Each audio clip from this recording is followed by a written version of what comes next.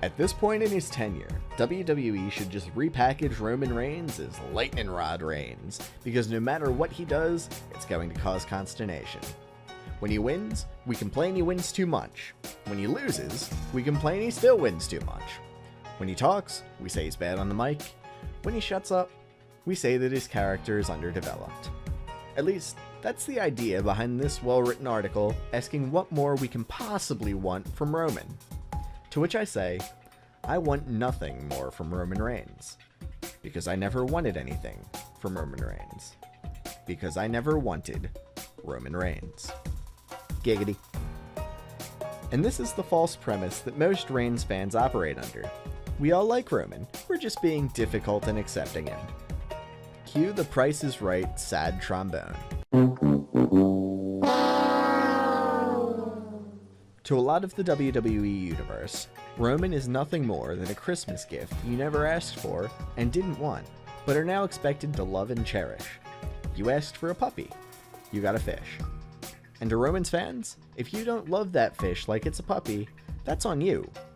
The fish swims in its bowl, never takes a nap, and is always up to entertain you with its fishy colorings. And yet you sit in another room, barely paying attention to your scaly friend. What more do you want from that fish? Well, I want that fish to be a puppy. Simply telling me that it'll never be a puppy may be accurate, but it doesn't make me love the fish anymore. In fact, it annoys me all the more. As Roman makes his way through icons such as The Undertaker and John Cena, I'm left wondering what it's supposed to do to make me care.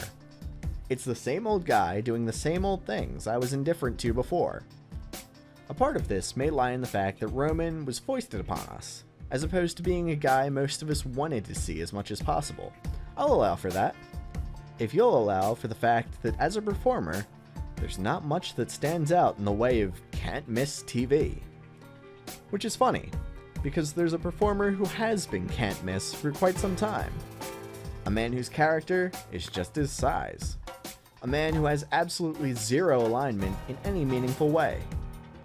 A man who has skyrocketed from nowhere to be one of the most over men in the company. And of course, that man is James Ellsworth. I kid. The man of few words. The man of mystical feats. The man who had an ungodly amount of momentum heading into No Mercy, only to watch it die at the hands of one F5. On a night where Roman defeated Cena, it seemed like everyone's emotions lie with the fact that Braun was defeated in such a disappointing manner. And the talk was about how Braun would respond. Where does he go from here? Is this going to hurt Braun long term?